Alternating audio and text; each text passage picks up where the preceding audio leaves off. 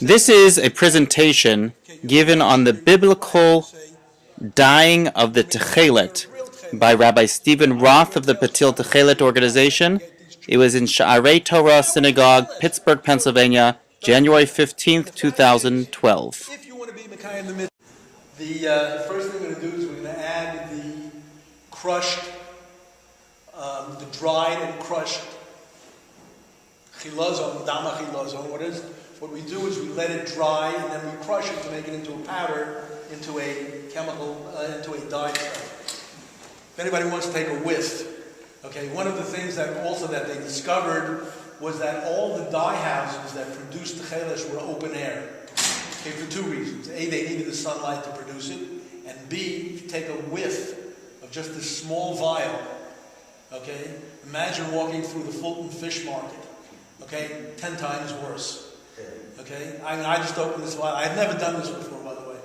Not in this manner, though I've done Techeiles in Israel through the whole process. This, let me tell you, will kill you. So we're going to pour the dama chilazon in the vial. We're then going to add caustic soda. This is needed to dissolve the meat and what other foreign substances there are in the dye stuff itself. Again, caustic soda was known in ancient times as well, so this is not anything new. This is what was known then. Okay, we're going to add, I hope the water's hot enough, yeah. Okay. I'm going to add water.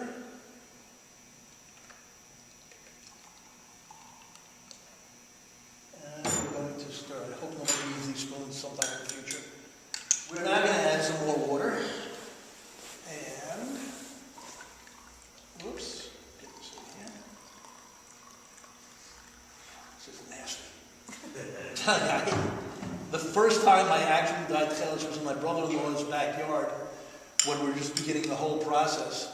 And we basically jimmy-rigged a coffee urn with hot boiling water, which this is. And we did it in the backyard. And even in the backyard, let me tell you, it was nasty. So I understand why they did it in open-air dye houses. Okay, this is... let it sit for a couple of minutes. As you can see, I don't know if you can see it or not, the liquid is starting to turn a yellowish up here. That's called the leuco stage of indigo, which is a... Is that a little more water? Okay. The color will become less blue. Here we go. It's turning yellow.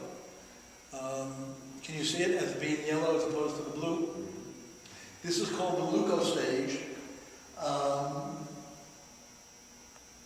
Now we're going to add a reducing agent called sodium thiothionate, which basically, this is what we use as a substitute for the fermentation process. This allows the dye stuff to adhere to the wool. So I'm going to add that.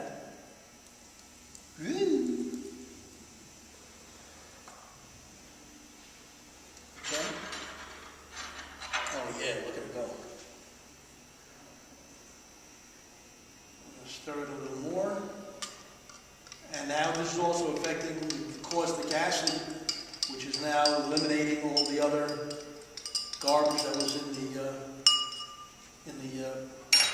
initial dye of the chilazon.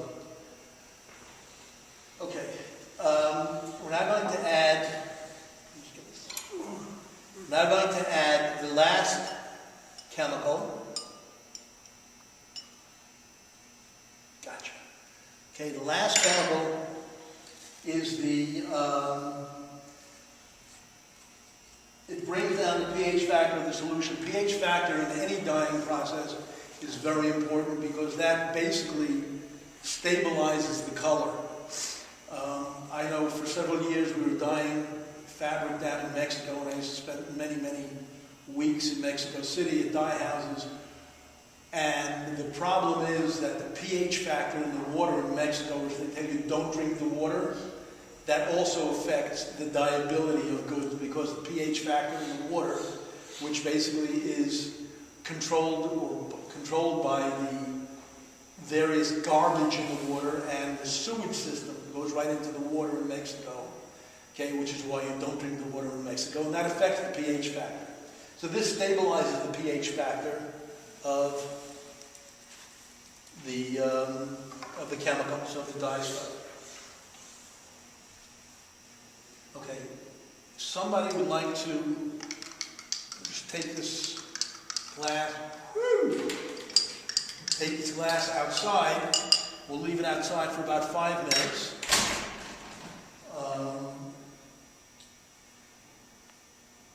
Yeah, if we can take this outside, leave it outside for about 5 minutes, and then we'll bring it back in and we'll put the wool into it, and hopefully we'll see the wool start out as a purple color.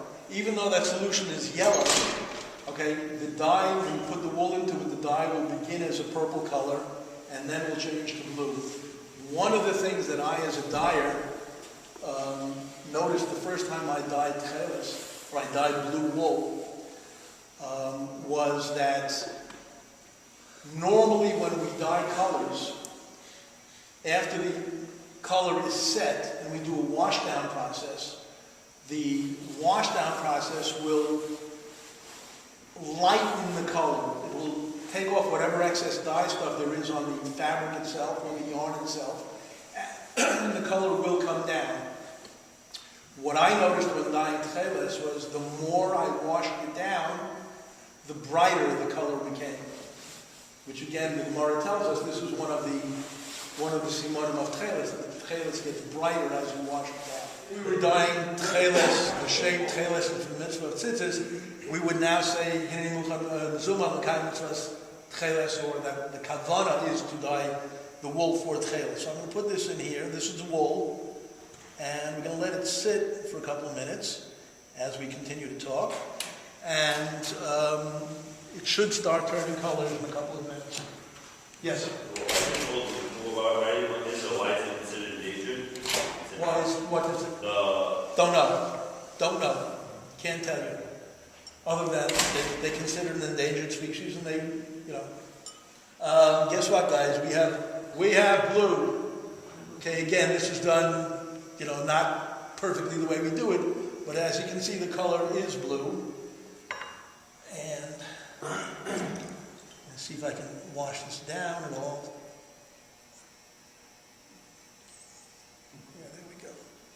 And this, if you look at it, will match the color of the tzitzis that I have on my talis, and Rabbi Masson has on his. Let me see if I can do a little bit of a wash down here, see if that helps. Make it lighter. Huh? Make it get lighter. That's what we're going to see. Now this is water. And it's hot. I can see the color is actually getting bluer and deeper. So we have achieved gold. Okay, so if this was, and what we then do is we then would spin this into the strings. So you got to think, you got to look at history. I'm a historian also. Yeah, I look at history and not, without blinders on. And say, yeah, the Gemara says this, but how true is it? Yeah, most people aren't willing to look at the Gemara that way. You got to look at it as